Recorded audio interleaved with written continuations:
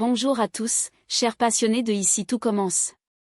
Aujourd'hui, préparez-vous à vivre un épisode explosif, émouvant et plein de tensions dramatiques, diffusé ce mercredi 11 juin 2025 sur TF1.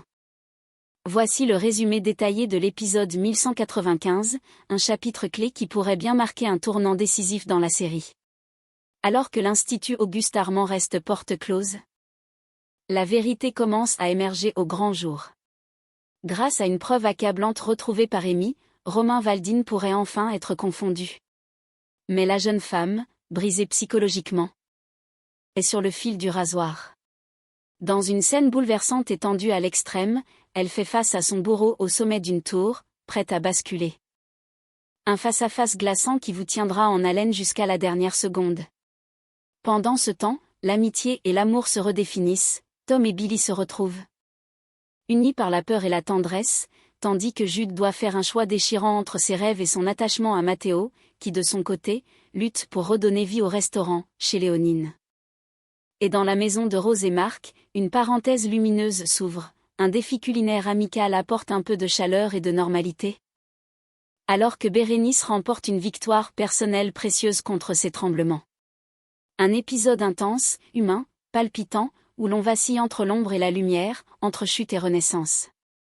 Alors installez-vous confortablement, et plongeons ensemble dans le cœur battant de Calvière. Le silence pèse sur l'Institut Auguste Armand, fermé depuis des jours. Dans son bureau, Brassac tourne lentement les pages d'un rapport, le visage fermé. Tessier et Clotilde attendent, tendus. Brassac lève enfin les yeux. J'ai besoin de preuves concrètes contre Valdine. Tant que je n'en ai pas, l'Institut reste fermé. Tessier réplique, agacé. Barbara a tout avoué, qu'est-ce qu'il vous faut de plus? Elle le protège. Elle endosse tout pour lui. Et sans éléments matériels, je ne peux rien faire. Je ne prendrai pas le risque de rouvrir tant que ce type n'est pas clairement identifié comme responsable. Quelques instants plus tard, Amy débarque précipitamment, le souffle court, tenant son téléphone à la main. J'ai quelque chose. Une preuve. Brassac fronce les sourcils. Quelle preuve? Un message vocal de Barbara à Valdine. Elle y parle de leur plan, de la vengeance contre l'école. C'est sans ambiguïté. Brassac s'empare du téléphone et écoute. Le silence s'installe de nouveau, cette fois chargé d'une tension électrique. C'est exactement ce qu'il me fallait. Merci. Tessier croise le regard de Clotilde. Un souffle d'espoir passe. Alors, demande Clotilde, la voix à peine audible. Brassac acquiesce lentement. Si tout est en règle, les choses vont pouvoir rentrer dans l'ordre. Mais dans un coin du couloir, Barbara, restée seule, fixe le sol, les bras croisés. Malgré tout, elle murmure encore pour elle-même. Romain n'a rien fait. Il m'aime. Je l'ai fait pour lui, mais il ne m'a rien demandé. Dans le salon de la coloc, l'ambiance se veut détendue. Jasmine, Jude et Mehdi sont installés autour de la table basse, un vieux carnet et un stylo en main. Ils ont lancé une partie de baccalauréat pour relâcher la pression. Mais dès que le thème, restaurant, est tiré au sort, un silence gêné s'installe. Jasmine tente un sourire. Bon, on évite de mettre chez Léonine, hein. Mehdi, moqueur. Ou alors on met une étoile à côté, genre piège émotionnel. Jude, lui, garde un sourire crispé. Il sent que le sujet est sensible. Depuis qu'il a dit à Matteo qu'il ne voulait pas reprendre le restaurant, les tensions sont palpables. Jasmine, en coin. T'as jamais vraiment aimé ce resto? Hein? Jude, sur la défensive. Ce n'est pas ça. C'est juste que, bosser dans un palace, c'est mon rêve depuis que je suis môme. Mehdi lève un sourcil, légèrement piqué. Ouais. T'aimes surtout les trucs de Bourges. Jasmine ajoute, taquine mais piquante. Franchement Jude, parfois t'es un peu snob. Un silence plane à nouveau. Jude soupire et lâche enfin. J'ai rendez-vous avec le recruteur du Grand Cerisier demain. Il cherche un second. C'est une chance énorme. Mehdi, cette fois plus sérieux. Et Matteo? Tu lui as dit? Jude secoue la tête. Pas encore. J'ai pas envie de la battre. Mais je peux pas continuer à faire semblant. La partie de baccalauréat est oubliée. Ce soir-là, le vrai sujet. C'est le choix entre les rêves et l'amour. La lumière rasante de fin d'après-midi étire les ombres devant la maison médicale. Billy et Tom sont postés à quelques mètres de la sortie, tendus. Silencieux, le regard rivé sur la porte automatique. Ils savent que Romain Valdine va sortir d'un instant à l'autre. Ils ne veulent ni fuir, ni se cacher. Ce moment, ils l'attendent depuis des jours. Et le voilà. Valdine apparaît, chemise impeccable, lunettes de soleil sur le nez, son arrogance intacte malgré les soupçons qui pèsent sur lui. Il les aperçoit. Un sourire froid se dessine aussitôt sur son visage. Il s'approche sans hésiter, et lance, glacé. Barbara ? Une pauvre folle. Elle délire depuis toujours. Puis, en jetant un regard faussement détaché vers la clinique. Là, j'ai rendez-vous avec mon psy. Paraît que ça peut t'aider, pour le procès. Tom serre les poings, mais reste muet. Billy, elle. Blêmie, figée. Valdine s'éloigne tranquillement, comme s'il sortait d'un simple rendez-vous mondain. Lorsqu'il disparaît enfin au coin de la rue, Billy souffle, à voix basse, tremblante. Tu sais, j'ai vraiment eu peur de lui. Il a ce truc, ce regard. Il se croit au-dessus de tout. Intouchable. Tom la regarde, touché par sa vulnérabilité. Il pose une main rassurante sur son bras. T'as tenu bon, Billy. T'as été forte. Beaucoup se seraient effondrés à ta place. Leurs regards se croisent, plus intenses qu'ils ne l'ont jamais été. La tension de ces derniers jours, la peur, la colère, le soulagement, tout remonte à la surface. Et soudain, sans qu'aucun mot ne soit prononcé, ils se prennent dans les bras. Un geste à la fois tendre et instinctif. Billy s'accroche à lui, Tom la serre contre lui comme s'il voulait la protéger du monde entier. Puis, naturellement, leurs lèvres se trouvent. Un baiser sincère, plein de trouble et de réconfort, qui scelle ce qu'ils n'osaient plus dire. Ils ne savent pas ce que demain leur réserve. Mais à cet instant précis, ils se tiennent, ensemble, face au chaos. Dans l'appartement chaleureux de Rose et Marc, le silence laissé par la fermeture de l'institut se remplit doucement d'éclats de voix et de rires étouffés. Pour Carla, Bérénice, Suleiman et Jim, il est hors de question de se morfondre en attendant la réouverture. Alors, une idée simple mais revigorante émerge, cuisiner, ensemble, comme pour défier la morosité ambiante. Très vite, l'ambiance se transforme. Les casseroles s'entrechoquent, les épices s'ouvrent, et le plan de travail devient un champ de bataille amical. Deux binômes se forment naturellement. Carla avec Bérénice, complice comme toujours, contre Suleiman et Jim, galvanisés par l'esprit de compétition. Bon, vous êtes prête à perdre, lance Jim en souriant. Enfilant son tablier comme un champion sûr de lui. Carla hausse les épaules avec provocation, tandis que Bérénice, concentrée, sort déjà ses ingrédients avec méthode. Le défi est lancé. À gauche, des ravioles croustillantes aux légumes caramélisés. À droite, un pavé de cabillaud nacré accompagné d'une purée de patates douces au gingembre.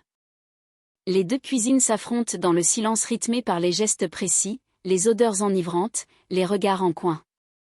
1 heure plus tard, Rose, installée à table, attend impatiemment le verdict du duel improvisé. Elle goûte d'abord l'assiette de Carla et Bérénice, hochant la tête, l'air sérieux. Puis elle passe à celle de Jim et Suleiman, mastique lentement, ferme les yeux, et prend une gorgée d'eau. Le silence pèse, les 4 cuisiniers la scrutent. Eh bien, c'est serré. Mais, j'annonce que les vainqueurs sont Jim et Suleiman. Jim lève les bras au ciel dans un cri de victoire fin, pendant que Suleiman tape dans sa main. Carla roule des yeux, faussement vexée, tandis que Bérénice esquisse un sourire amusé.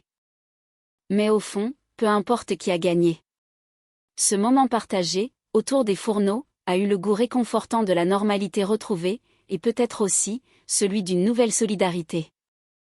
Dans un coin du café de la place, Matteo déplie fébrilement un dossier un peu froissé. Autour de la table, Pénélope et Léonard l'écoutent attentivement.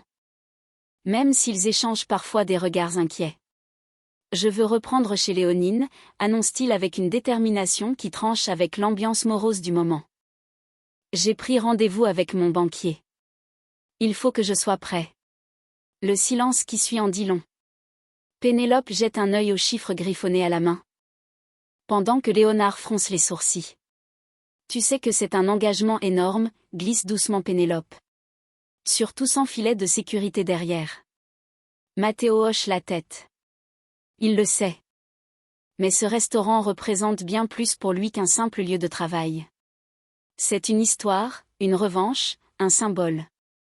Pendant plus d'une heure, les trois amis s'attellent à bâtir un prévisionnel financier. Charges fixes, coûts d'approvisionnement, prévision de chiffre d'affaires, marge brute. Tout y passe. Léonard pointe les failles. Pénélope essaie d'ajuster les estimations. Mais plus les colonnes de chiffres s'alignent, plus la réalité les rattrape. Avec ces charges, t'as même pas de quoi te verser un SMIC les 6 premiers mois, commente Léonard, pinçant rire. Pénélope tente de tempérer, il faudrait peut-être chercher un financement complémentaire. Ou revoir à la baisse certains postes. Matteo garde le regard fixé sur la feuille. Malgré leurs réserves, il ne flanche pas. Il prend une grande inspiration et murmure. Je vais quand même y aller. C'est le moment. Il le sait, ce ne sera pas facile. Mais il est prêt à tout tenter pour faire revivre ce lieu qui lui tient tant à cœur. Assise seule sur un banc à l'ombre d'un arbre, Amy semble ailleurs. Le soleil tape doucement, mais elle frissonne. Ses doigts tremblent autour de son gobelet de café à moitié vidé. Le visage marqué. Les traits tirés, elle fixe le sol sans vraiment le voir. Tout en elle trahit l'épuisement. Elle est à bout. Dans un souffle à peine audible, elle laisse échapper ses pensées les plus sombres à Billy, qui vient de la rejoindre et s'assoit en silence près d'elle. J'ai l'impression qu'il est partout, Billy. Murmure-t-elle. La voix brisée. Valdine. Comme s'il voulait tout détruire. Tout ce que j'ai construit. Tout ce qu'on a. Ses yeux se brouillent légèrement, mais elle ravale ses larmes. La colère se mêle à la lassitude. À cause de lui, on a failli perdre l'institut. À cause de lui, je me sens coupable de tout. Et le pire, c'est que je sais même pas si on pourra un jour s'en débarrasser. Elle baisse la tête, la mâchoire serrée. Ce n'est plus seulement de la peur qu'elle ressent, c'est une forme d'impuissance. Une rage contenue qui ne trouve pas d'issue. Amy doute. D'elle-même, de sa force, de sa capacité à sortir un jour de cette spirale infernale. Et pour la première fois depuis longtemps, elle se demande si ce combat a encore un sens. Dans la lumière douce d'un début de soirée, Jude et Matteo se retrouvent en tête-à-tête, dans un coin tranquille de l'appartement qu'ils partagent. L'ambiance est calme, mais lourde de tout ce qui n'a pas encore été dit. Jude prend une grande inspiration, puis brise le silence. Demain, je saurai si j'ai le poste au grand cerisier. Matteo le regarde avec une ombre de regret dans les yeux. Il acquiesce lentement, puis s'approche d'un pas. Je suis désolé, Jude. Pour ma réaction l'autre jour. J'ai pas assuré. T'avais le droit de dire non pour le Léonine. La sincérité perce dans sa voix, mêlée à une pointe de honte. Il détourne le regard. Je crois que je me suis emballée trop vite avec ce resto. Je me demande même si je devrais pas annuler mon rendez-vous à la banque. Mais Jude secoue la tête avec douceur. Il s'avance vers lui, pose une main rassurante sur son épaule. Non. Tu t'es pas emballé. Tu t'es accroché à un rêve. Et tu devrais pas le lâcher. Parce que moi, j'y crois à ton projet. Et je te vois, Matteo. T'as ça dans le sang. Leurs regards se croisent. Les mots de Jude réchauffent doucement le cœur de Matteo. Une tension se relâche enfin. Dans un sourire discret, Matteo souffle. Merci. Et sans qu'un mot de plus ne soit nécessaire, les deux garçons se réconcilient. Dans ce moment suspendu, ils renouent ce lien si précieux qu'ils avaient failli laisser se briser. Le soleil tape encore sur la vitrine du café quand Anaïs surgit. Essoufflée, le regard affolé. Elle cherche Lionel des yeux, le repère au fond de la salle et se précipite vers lui, la voix tremblante d'inquiétude. Lionel? Il faut que tu viennes voir ça tout de suite. C'est à propos d'Amy.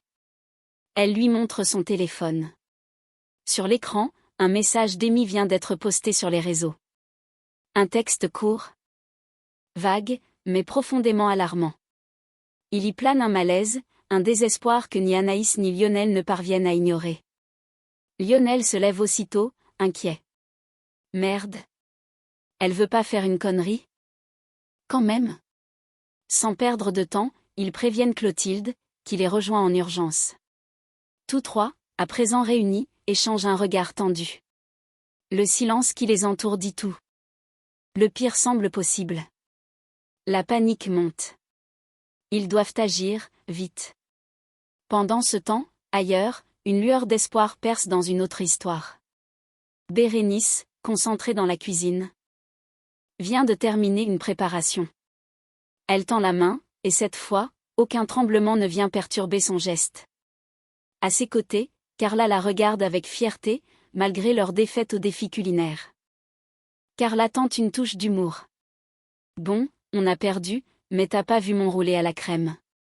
Il était champion. Mais Bérénice sourit, apaisée. J'ai surtout gagné quelque chose de plus important. Car pour elle, aujourd'hui, ce n'est pas la victoire en cuisine qui compte, mais d'avoir cuisiné sans peur, sans trembler. Et avec confiance. Une première victoire, et peut-être pas la dernière. Le ciel s'assombrit, et dans l'air plane une tension insoutenable. En haut d'une tour, le vent fouette les cheveux d'Amy. Immobile sur le rebord. Son regard est perdu, voilé par la douleur et le désespoir. À ses côtés, Romain vient de la rejoindre, le souffle court. Il comprend aussitôt. Ce n'était pas un simple appel au secours. Elle a publié ce message pour attirer Valdine, pour lui faire face une dernière fois. Amy, regarde-moi. Descends de là, s'il te plaît, murmure Romain. Tentant de l'atteindre par la douceur. Mais la jeune femme reste figée, son corps tendu vers le vide, son cœur brisé par les manipulations de celui qu'elle a aimé. Je voulais juste qu'il vienne, qu'il me voie. Qu'il comprenne ce qu'il m'a fait. Et puis Valdine arrive enfin. Calme, presque froid, comme détaché de la gravité du moment. Il s'approche lentement, les mains levées, comme s'il contrôlait encore la scène. Tout ce que j'ai fait, c'était pour toi, dit-il d'un ton étrange. Tu devais ressentir ce que moi j'ai vécu quand tu m'as quitté. Amy ne détourne pas les yeux. Dans sa main, son téléphone est allumé. Chaque mot de Valdine vient d'être enregistré. C'est alors que Lionel surgit à son tour, suivi de près par des agents de police. Il repère Amy et comprend immédiatement le danger. D'un geste. Il demande aux forces de l'ordre de ne pas intervenir brutalement. Amy. T'as été plus forte que lui depuis le début. Tu peux encore l'être. Reviens. Dans un silence glacial, Amy se retourne vers Valdine. Un dernier regard. Sans colère, mais rempli d'une détermination nouvelle. Cette fois, c'est fini, murmure-t-elle. Puis, plus fort. Tu t'en sortiras pas. Et avec ces mots, elle recule lentement du bord. Les policiers interviennent, mettent Valdine en état d'arrestation, tandis que Lionel entoure Amy de ses bras. Elle vacille, encore sous le choc. Mais elle est en vie. Et elle vient de tourner une page. Une page lourde, marquée par la peur, mais qui laisse place à une reconstruction. Et voilà, chers fans de Ici tout commence. Cet épisode 1195 nous aura fait passer par toute une palette d'émotions, la peur, la colère, la tendresse, la détermination. Nous avons vu Amy frôler le pire, mais aussi trouver la force de dire stop, mettant fin à l'emprise de Valdine. Un tournant majeur qui pourrait bien sceller le sort du personnage le plus toxique de cette intrigue. Mais aussi, des liens se resserrent, Tom et Billy se rapprochent, Matteo et Jude se réconcilient, la cuisine rassemble et soigne. Preuve que même dans les périodes les plus sombres, l'amitié, l'amour et la passion peuvent rallumer la flamme.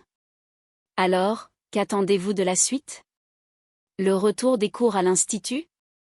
La chute définitive de Valdine? Dites-nous tout en commentaire. Abonnez-vous pour ne rien manquer de la suite, et surtout, prenez soin de vous. À très vite pour un nouvel épisode, toujours plus intense, sur votre chaîne préférée dédiée à Ici tout commence. À demain.